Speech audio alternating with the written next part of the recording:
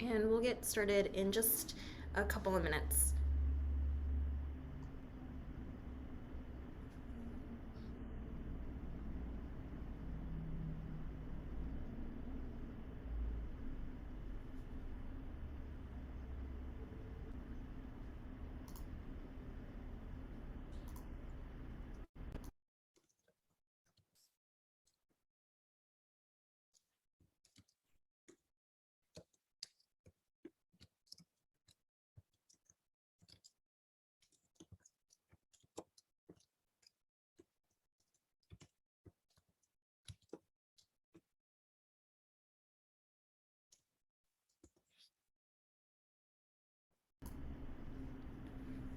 I hope everyone was able to fare the crazy heat wave that happened this weekend. It really felt like we were in summer here in New York.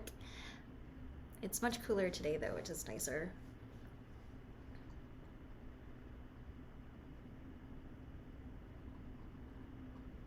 I feel like it's probably really hot for those folks that are in LA already.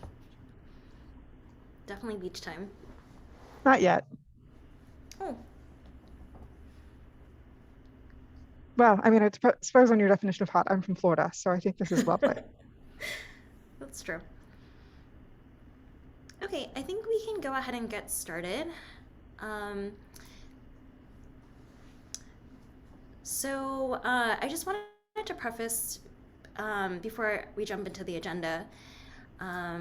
Given everything that's happening in the world today, I really want to encourage folks to take the space that you need in this moment. So we are recording, and if you need to step away, or feel free to get comfy, grab something to drink. It's up to you if you want to keep your video on or off. Just wanted to recognize that and give everyone the space they needed. Sid, can you go to the next slide? Thanks. And so before I get into introductions, we've got an awesome agenda lined up today.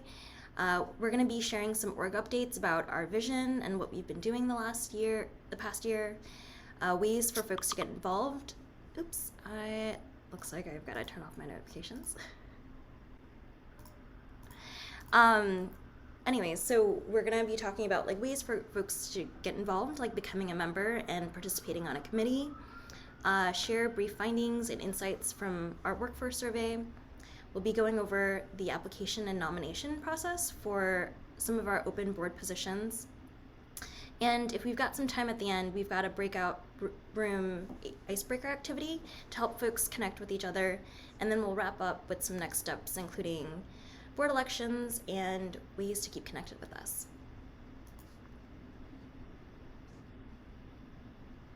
And so I wanted to share for folks that don't know me, my name's Jen Noina, and my pronouns are she, her. I am president of this wonderful organization, and I'm currently located in New York City on land that's previously occupied by the Lenape people.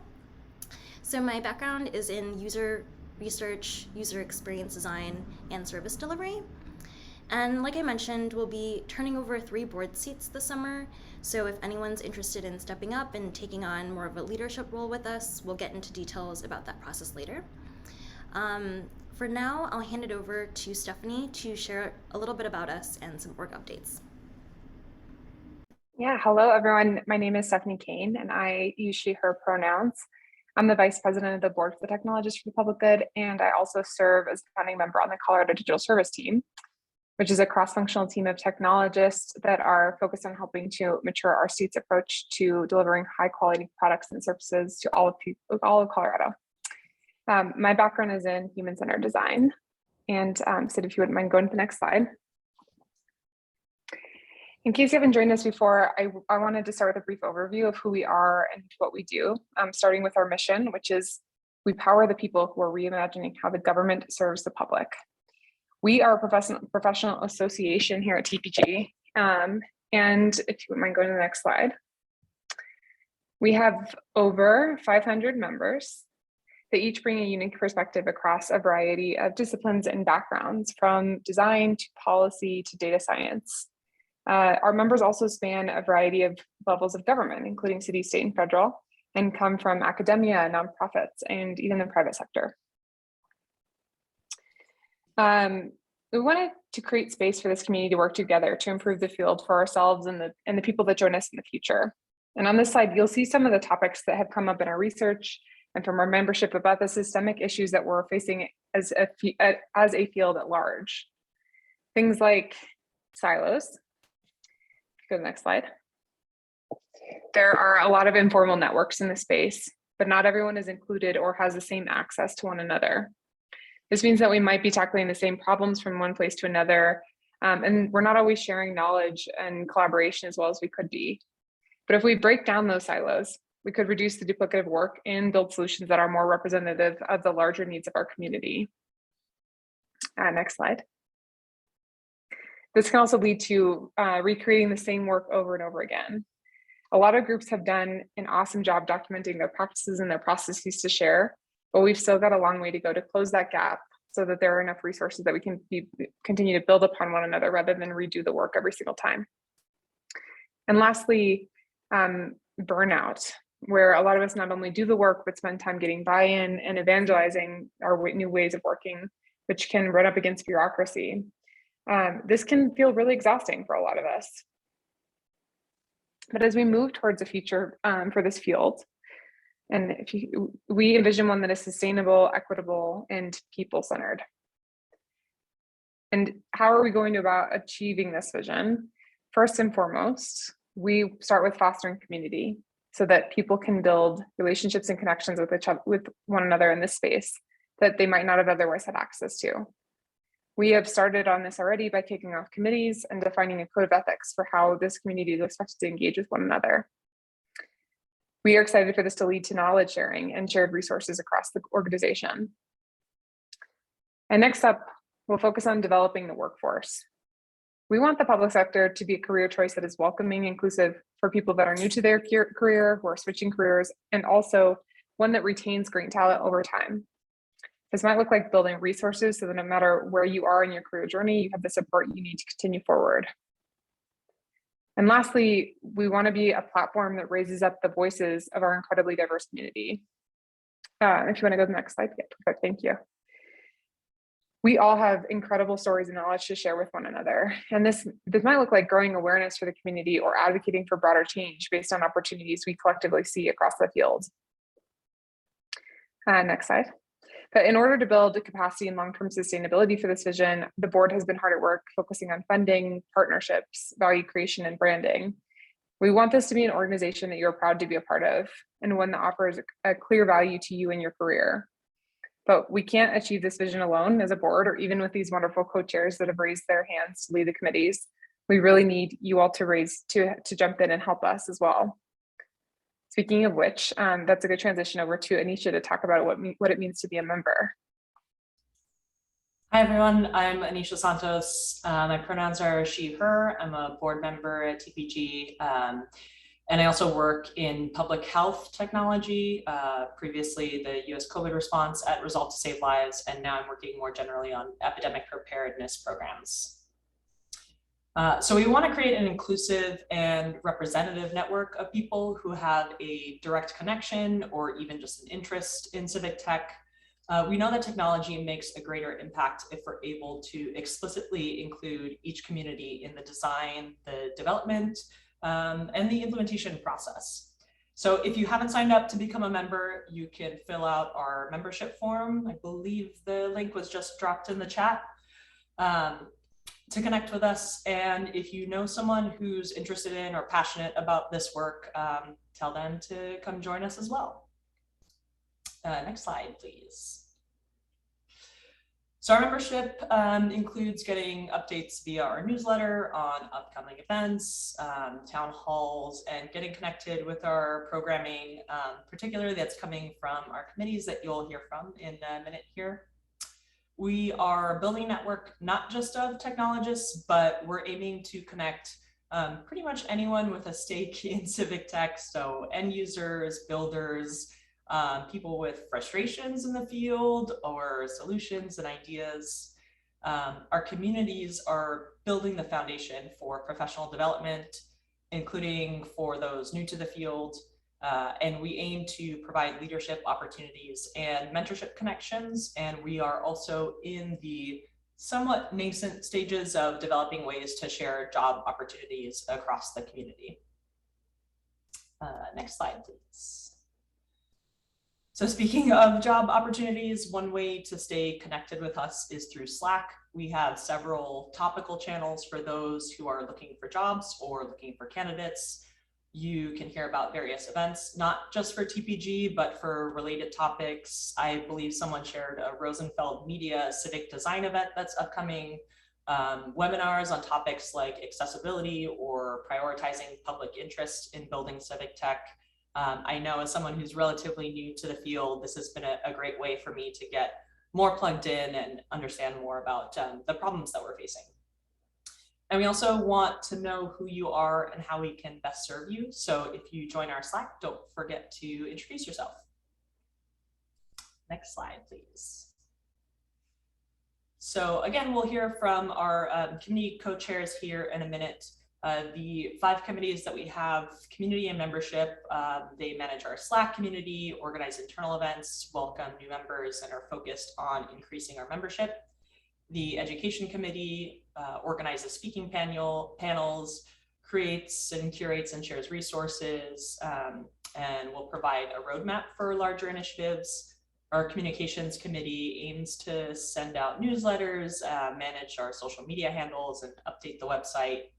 We have our DEI committee focused on crafting an inclusive environment for the organization, ensuring that we are reaching everyone in the community. And then finally, our events committee, who focuses on planning events with external speakers and webinars and organizing our annual conference. Next slide, please. We've got an amazing group of committee co-chairs that lead each of our 5 committees. You can see them all here, and I believe a few of them are about to introduce themselves. Ryan and Miriam for our community and membership committee, Melinda for communications, Ariana and Jennifer for DEIB, Joshua and Shira for education, and Vicky and Vivian for events. So I will now pass it over to them and have each of them introduce themselves and go through their committees more in depth. All right, well, I guess I'll go ahead and kick it off. My name is Ryan Korn. I am co-chair of the Community and Membership Committee. My role is the Senior Cloud Architect and Product Manager at the Bureau of Industry and Security, which is a tiny bureau in the Department of Commerce, but we are responsible for export control, administration, and enforcement. So think what's going on with Russia, China, so on and so forth. And my job is essentially leading the redesign and modernization of our systems across the board to improve our effectiveness and impact. We're also sharing, I believe, our springtime activity. I just moved, so I wouldn't say it's my favorite activity, is spring cleaning. Certainly something that's going on a lot in my life these days. So before just diving into the slides here, Mariam, would you like to introduce yourself as well? And then I can go through the slides that we've got. Sure thing. Thank you, Ryan, and thank you everyone at TPG for the warm welcome. I just joined the committee as a co-chair, I think less than 2 weeks ago. I am currently working at the IO Foundation as Strategic Program Manager, and I am also consulting a little bit with Internews with their Greater Internet Freedom Project. Previously, I was attached to a local United Nations Association as knowledge management, as someone who takes care of the knowledge management and membership for the organization. So I look forward to contributing here. Thank you. Ryan, back to you. Thank you, Mariam. So just to give everybody a brief update on where we're at as the Community and Membership Committee, as Anisha mentioned, there are many things that we're working on, but we see our core mission as growing our membership list and building community amongst members.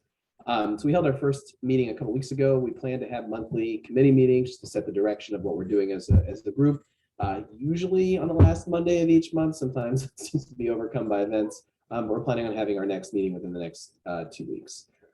There are 3 main initiatives that we're looking at to get started and really just get the process rolling here with onboarding and membership. The first is improving and personalizing the onboarding process rather than getting just a generic email. Folks will actually be invited into a community based on the interest that they've indicated on our sign-up form. The second is establishing a process for having in-person events. We don't really want to take over what the events committee is going to do. We want to focus on building community.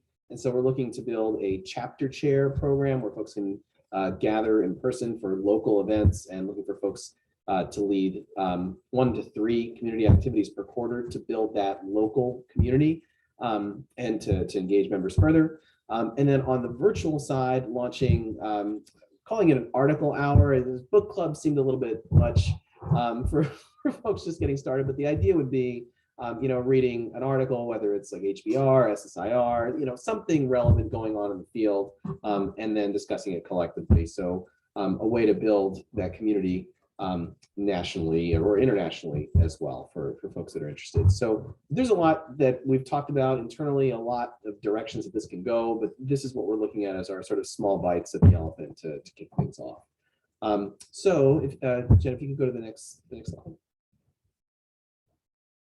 So if you are interested in joining the committee and setting the direction moving forward, becoming a regional chapter chair, organizing a virtual article hour, or really have any other membership or community related ideas, please reach out to me either at my email or on our Slack.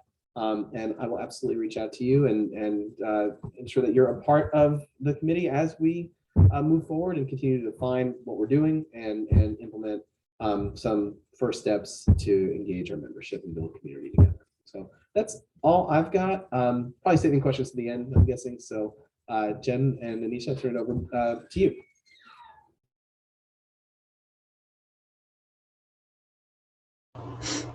Or me. Those are really good ideas, Ryan. That's actually the first I've heard of what y'all are up to, and I'm so excited about those bite-sized pieces of getting started with membership and getting folks connected. So yay.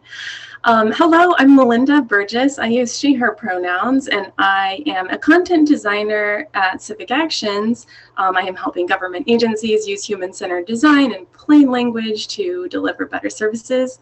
I'm up here in Beaver Island, Michigan.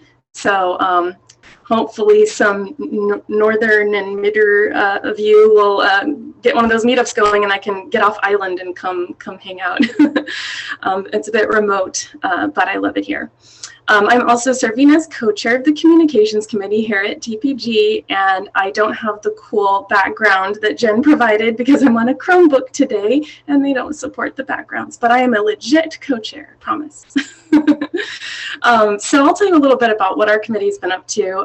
We kicked off early this year with just a couple of folks, and we set a strategy that focuses on really just building a strong foundation first in order to make sure our organization has the ability to share what we're doing, keep the community engaged, and hopefully eventually tell the stories of our members and what the other committees are doing, and move it all in the direction of storytelling around how people are working to improve the experience of government. I personally have a passion for communications because it's a role within an organization that supports and amplifies all the other parts. It connects people to good ideas and to each other, and it helps all of us achieve our goals faster by sharing what's working.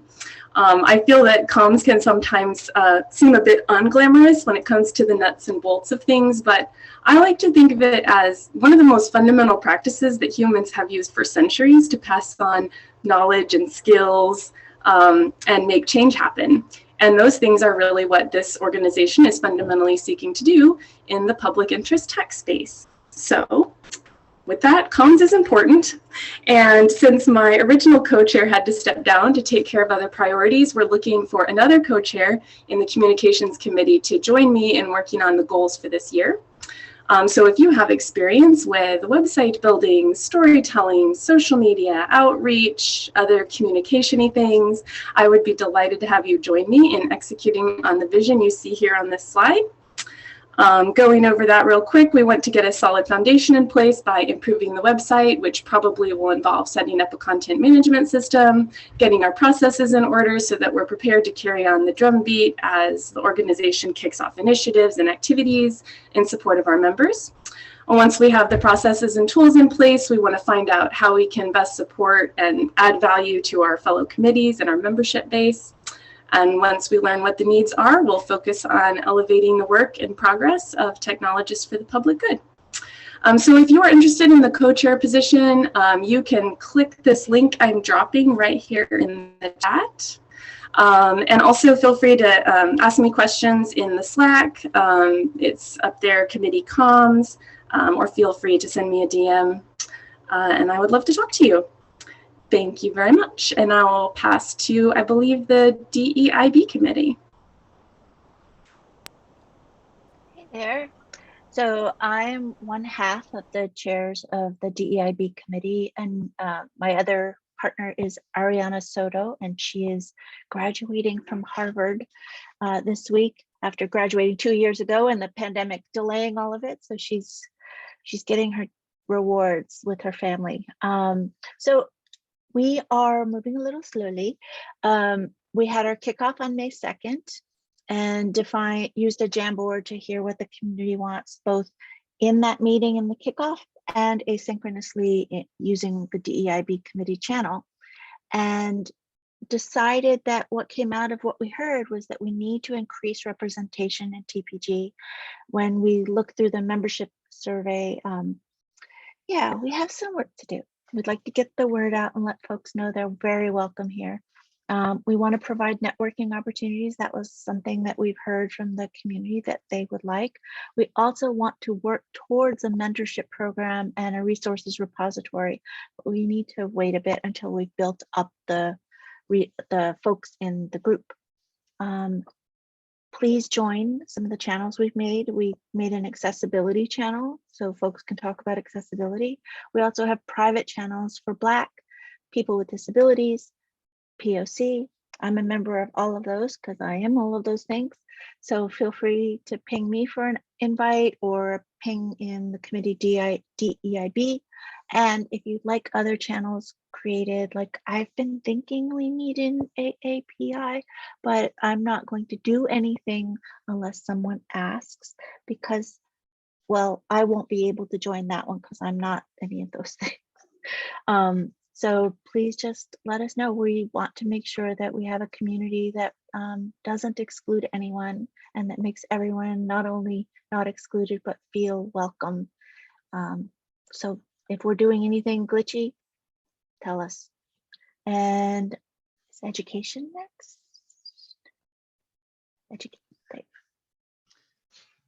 Hi, my name is Josh. My pronouns are he, him, and I work as a data scientist and interaction designer doing consulting right now with debiasing machine learning models, which is surprisingly fun stuff. And I also am a member, co-chair of the education committee. So we had our kickoff on April 27th.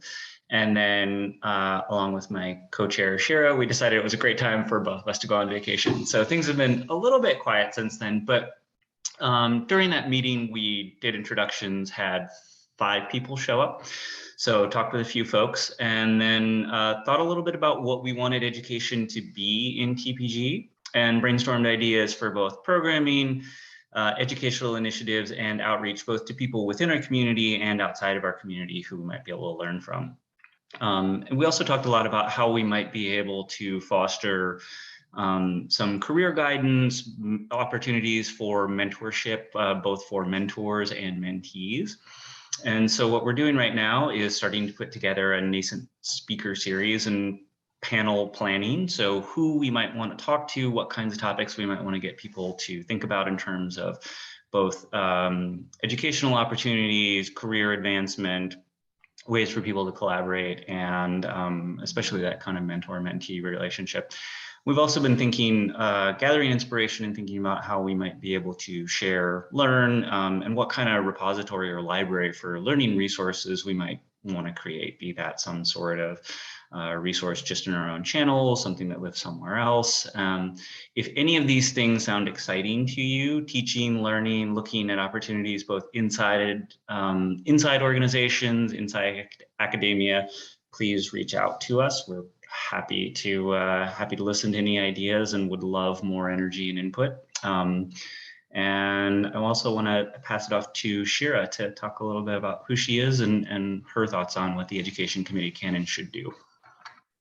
Thanks, Josh. Hi, everyone. Yeah, my name is Shira. I did just come back from vacation, feeling very refreshed and ready to kick it up a few notches. So I'm the co-chair of the Education Committee with Josh, and I'm from Toronto. I work in civic tech at the Ontario government on policy as well as on people and culture, and that aspect of civic tech and how that relates to digital change and making services more human-centered.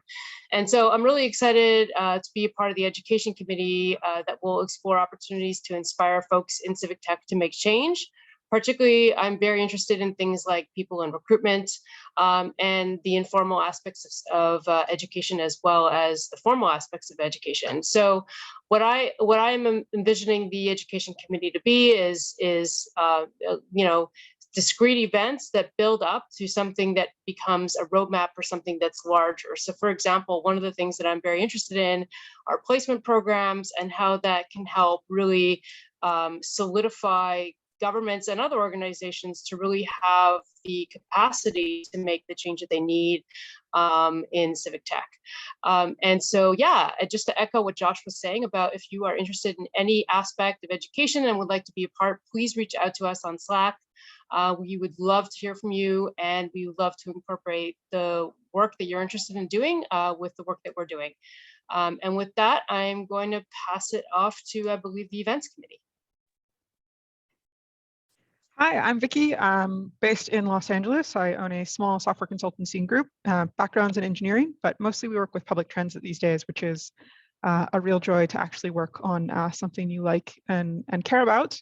I'm one of the co-chairs of the Events Committee. Events for me are particularly close to my heart, having been to many that weren't safe. And so that's sort of my motivation here, is to sort of lay the groundwork to make sure that, the outcomes of those events are able to be met, because, running a safe event is actually really hard. So that's a lot of why I'm here. And then Vivian Lee just joined us not even 2 weeks ago as our new co-chair. So Vivian, if you want to introduce yourself. Sure, I'll go super quick. So as Vicky mentioned, I'm super new, but very excited to be here. Vivian Lee, I use she, her pronouns. I'm currently a Presidential Innovation Fellow serving at the Federal Trade Commission, working to help build up the Chief Technologist office there and working on some digital advertising and privacy policy. I'm really excited to be taking on the co-chair role for events. I think in the very strange now kind of hybrid world that we live in, events have been kind of a shining star in trying to bring communities together, and to Vicky's point, in creating safe spaces and bringing everyone together. So really excited to continue learning more and getting feedback from all of you on what you want to actually be doing and what you want to be getting out of this community and making that come to life through events. And I will pass it back to you, Vicky. Great. So a lot of, Vivian just mentioned, what are events these days? And we've already talked a little bit about, what burnout is, in terms of like a big focus for our community more broadly. So this year, there's a strategy document that's a little dusty now. Paul and I, who started the events committee this year, both had some things that took some time up. So we're starting kind of our kickoffs a little late, but with that sort of lens on things, and that still feels really relevant with COVID spiking again, we thought about, what can we do this year? And so a big piece of this was sort of promoting open events that already exist. We see a lot of people in our community who are struggling to connect with the things that they already want to go to that already exist. So getting better at doing that. Supporting the event organizers that are in the broader community. So all those cool events, well, the people who run them also are probably our members. So that's a theory that we're going to hopefully find out is true soon, and helping provide resources for them, whether that's for how to run an event that has those resources from childcare and what it means to do that, how to find providers, provide insurance, how to post live translations at your events, or how to manage gender inclusive bathroom resources, depending on where you are in the United States these days. And then so the last focus for this year is providing basic logistical support for the other committees as they run events, because the events committee itself events aren't really the outcome. It's just the tool to that outcome. So there's a fourth section that's not really highlighted on here because we don't think it's going to happen this year, but that's running sort of like an annual event for members. But we figured with the time that's left in the year and everybody else trying to cram in and run their first event in a few years, we're looking at calendars, and it didn't look like there was enough space to compete with what was out there. What's next for us is updating that start with some really some new dates. We have a survey we started drafting that's very low touch to engage with a group. A number of folks indicated they were interested in being involved in the events committee. And so really coordinating with them so that we can host a kickoff and build out the membership of that committee itself and move forward with our strategy. We're going to be talking to the other committees about what they need to run their comms events or committee events for membership. And then lastly, if you're interested, our Slack channel is there in the top of the slide. Come join us in Slack.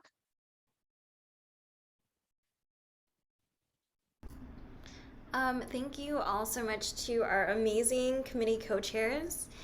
We really, can't do a lot of the programming and membership involvement without all of you. So yeah, thank you for all of the amazing work and all the updates. Just wanted to pivot now to our 2022 workforce survey updates. And so I also wanted to say thank you so much to everyone who completed the survey. And we are excited to share some high-level findings today, and we'll also be sharing a much more in-depth and comprehensive report soon. So at a high level, we received 230 responses from folks working at over 120 different organizations. And about a third of our respondents were already TPG members. So we had respondents coming from 28 different states plus DC, and we also had 7 non-US respondents as well. And then on the right-hand side here, you can see that respondents could select, multi-select different sectors that they've worked in. And so what you see here is the breakdown, with most respondents having some experience working in government at various levels, from local to federal. Sid, can you go to the next? Thanks. And then from an experience perspective, we running this survey 2 years ago, back in 2020, we knew that the field was going to skew towards, or we hypothesized that the field was going to skew more towards senior and experienced folks. And again, this year our survey reflected that. So more than 3/4 of our respondents are senior level or above, which mimics the years of work experience in the field as well. So we had about 75% of respondents having 3 or more years of work experience in public interest tech. And so one of the takeaways for us is that there's still a lot that we can do from a career pipeline and entry-level pathways perspective. I know that there are already a lot of organizations like US Digital Corps and Coding It Forward that are working on improving this, and so this is something that we're interested in tapping into. Some of our committees talked about putting together a mentoring program, and that's something that we'll be exploring later this year. Our survey also asked about pain points, and so this is what you see here. So we had almost half of our respondents indicating that there are too many silos and not enough cross-functional teams in this space. And then that's followed by folks feeling that processes like procurement and vendor management are costly and inefficient. And then also, third on this list is that many people that respondents work with, so that's either staff, management, or leadership, aren't prioritizing digital and human-centered design in government policy or service delivery. And so you can see here kind of how this list ended up ranking. For us, this data is helpful in determining what we as a professional association can do to provide to our members, and then ultimately to do to improve the overall field. And then Sid, can you go to the next one? Thanks. And so echoing those pain points is a quote from one of our survey participants, and so I'll go ahead and read it.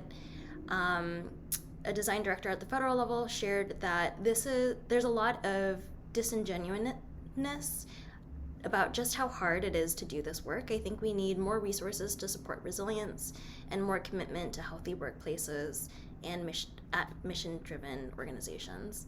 And so I think looking at a lot of the feedback and quotes that the comments that we had gotten from the survey really echoed that sentiment, and something that we as an organization are definitely trying to tackle. And so then before we get into the survey participant demographics, one of the things we also asked participants about was their upcoming career goals.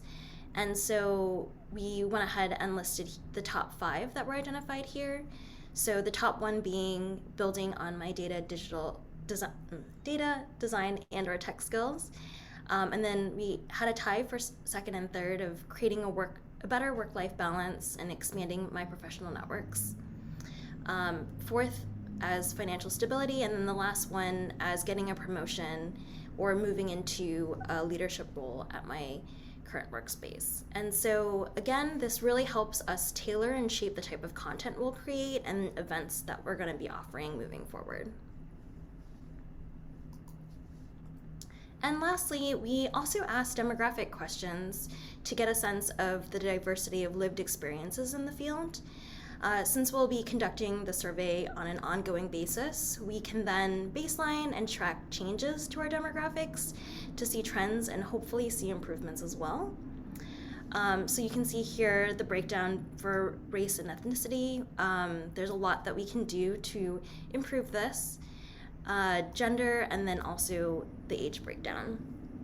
And then we also got a lot of amazing feedback from folks who completed the survey for us to improve on the next time we conduct this, which will be in 2024. And then, like I mentioned, we are still crunching and analyzing the responses. So if anyone wants to help, we'll be holding a working group session on Monday, June 13th at 6 p.m. Eastern to dig into the data, and then we'll be able to share out a more comprehensive report with takeaways soon. And so I'll go ahead and drop the working group RSVP if anyone's interested. And so before I turn it over to Sid to talk about the board application and nomination process, I wanted to take a moment to thank our outgoing board members for their involvement with TPG. And so TPG certainly wouldn't be here without the help of Aaron, Robin, and Bill, who were all seminal in standing up and building out our organization. So we officially launched back in June last year, but prior to that, TPG started out as Agile Government Leaders, or AGL, which was a professional association focused on the application of Agile practices in government. Aaron founded and led AGL in 2014, and it really was the basis and platform for TPG coming in to 2021. And both Aaron and Robin have been advising and helping to shape TPG as we fundraise and set ourselves up for sustainability going forward. And then Bill has tirelessly worked as our treasurer. He's been managing our budget, billings, and accounts, coordinating with endless folks, and chasing down answers to all of our outstanding questions. And so I just wanted to say, Aaron, Robin, and Bill, thank you for all you've done, your support, expertise, and guidance, all of the work that you've put in to get us where we are today. It really has been my pleasure and honor working alongside the three of you, and we truly wouldn't be here today without you. And so now I'll hand it over to Sid to go over our board application and nomination process. Thanks, Jen. And I just want to echo your thanks to our colleagues, Aaron, Robin, and Bill. There's been a lot that's happened this year on the board, and they've been enormous contributors to it. Hi, everyone. My name is Sid Harrell, and I use she, her pronouns. I am the current secretary of the Board of Technologists for the Public Good. That means I basically facilitate and record our official meetings, take care of membership and board voting, steward our bylaws, and run other paperwork type things, as well as just being a regular member of the board. I've been working in civic technology pretty exclusively for the last 12 years. I would have fit in almost all those categories that Jen put up on the survey slide at one point or another. So I'm really excited for our shared mission to bring a professional organization to support everybody who's doing this work. I, in concert with all of these fabulous board members on this slide, invite you to apply to be part of the board. If you haven't served on a board before, it sounds a little bit intimidating, but it's a really great way to get involved.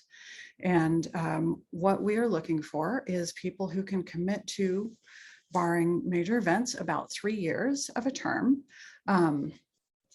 in playing a governance role of the organization. This is standardized. We are a California-based nonprofit officially, so there are rules that we can follow. We also, because we don't currently have staff, although that is something we're working for, hopefully in the not too distant future, we do a lot of setting things up, sending out emails, creating decks, all of the work that you see Jen doing around the Slack and in our meetings. That's all stuff that the board does as well. We're a collaborative, collegial, fun group. And we're looking for 3 people to join us to make up our full complement of 9 as specified in the bylaws. And I'm just going to quickly drop the bylaws in the chat for anybody who wants to geek out about that. Oh, and I copied the wrong link there. So let me just recopy that and drop it. There we go. So we are looking for one very specific member who can take over from Bill as he rolls out. Bill has very kindly committed to onboarding and mentoring this person, but it's a significant responsibility for our financial health. And then we're looking for 2 at-large board members, and our at-large board members partner with one of the committees that you've been introduced to today, giving them the support of the board and advice, and taking responses from what those committee co-chairs find out as they work with their committees. Typically, the time commitment is 5 hours-ish a month, sometimes a little bit more. And if you are excited about the mission that this organization represents in terms of a supportive professional association for the civic and government and public interest technology community, this is an incredible opportunity to jump in and help. Let me tell you a little bit more about the roles. Our officer positions, for reasons that have to do with continuity, run on a slightly different cycle. So someone joining as a new treasurer would have a 3-year board term and then a 2-year renewable treasurer term, which they would probably, if they and the board desired to, renew at the end of that 2 years. The treasurer is the main financial officer. So for this particular role, we're looking for someone with past experience in managing nonprofits and a background in things like accounting and operations. There are annual and as needed financial statements. We prepare our tax returns and our 990s like any other nonprofit. But we also, in case we're talking to a potential fundraising partner, need to prepare due diligence materials that have to do with our finances. And then just planning for the long-term health and sustainability, handling our bank accounts and some basic billing stuff, and usual other duties of a board member. This person is a really key colleague. We may follow a separate process for this one position and appoint this person if we don't see multiple people with the treasurer desired skills show up in the nominations for the board. So that's something we want to be transparent about. This one role might be appointed. The other 2 roles will definitely be elected in essentially the same process that we followed last year. This year's nomination committee, which is myself, Anisha Santos, and Angelica Quixie, has put together a process where we invite members to nominate themselves or someone else as potential board members. And those nominations either are open right now, or Jen is opening that form right at the end of this meeting. That will pop into the chat. We have until Friday, June 17th, so several weeks, to post someone as a nominee or to nominate yourself. The nomination committee will do some quick checks, whether people who are nominated are willing to serve and interested. We may, as happened last year, pare down the field slightly, but on June 28th, Tuesday at this same time, we'll have an election event where the nominated board members will talk about their qualifications and what they hope to do. And then we'll open a voting period. We'll do it online as we did last year, and voting will close July 1st, and new terms will begin immediately after that. We're enormously excited to have new colleagues join us. We're happy to answer questions about what being on the board entails and what the election process is like. But that's the basic overview. And to those of you who are considering running or nominating someone, I encourage you to do it. And I thank you for your participation. Thanks so much for that overview, Sid. We do have a couple of minutes left, and I'd love to give everyone the chance to connect with some of the folks that are here today, introduce yourselves, and do this quick icebreaker. And so we're going to go ahead and split folks out into breakout rooms, and you'll have about 5 minutes to chat. Our icebreaker prompt right now is to share something that you've been doing for yourself. It's been a crazy 2 years, and I want to make sure that we're able to make time for ourselves, especially since the work that we do can be exhausting. So hopefully you'll hear some good ideas for inspiration. Stephanie, can you break us out into the groups? They are open. And if you're not assigned, I think it's you and me, maybe some of the rest of you who are in this room, maybe just join one that has 2 or 3 people in it. Okay.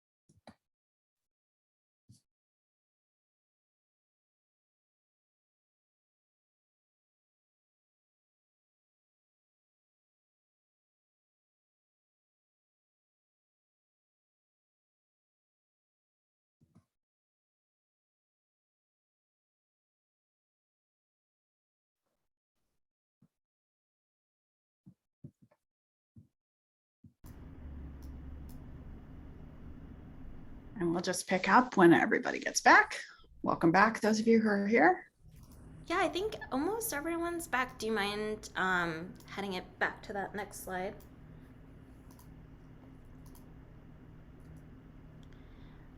Cool. So I hope everyone was able to like meet some new and maybe even some familiar faces. And I encourage folks to continue the conversation on Slack and join our Slack if you haven't already. I just wanted to wrap up really quickly and give folks a chance to also do to like ask any questions. But in terms of next steps, if you aren't already a member, fill out our membership form. I'll go ahead and share that link shortly. Again, if anyone's interested in helping out for our survey analysis, join me at our working group on Monday, June 13th. We've also got our board applications and nominations due Friday, June 17th. We've got an upcoming board election once that's closed, and then we're also going to be recapping this session and sharing the deck and other resources in a follow-up email. With that said, that basically wraps up everything, and I just wanted to thank everyone for coming today. So we do have some time for Q&A now, and are happy to answer any questions or hear any feedback or comments anyone has.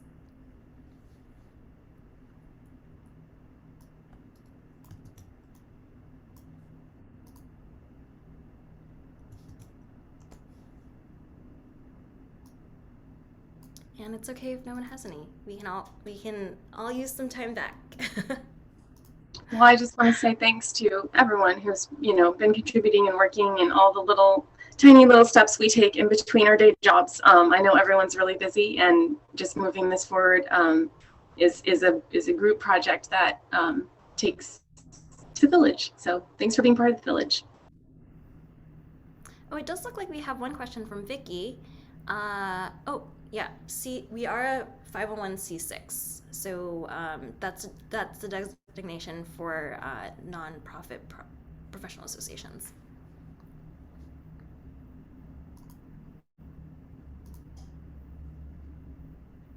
Awesome. So I just dropped the links, and if you have any questions, feel free to email us, and you can also visit our website at publicgood.tech. I guess we'll go ahead and end the call. Thank you everyone so much for coming, and I hope everyone takes care and be well.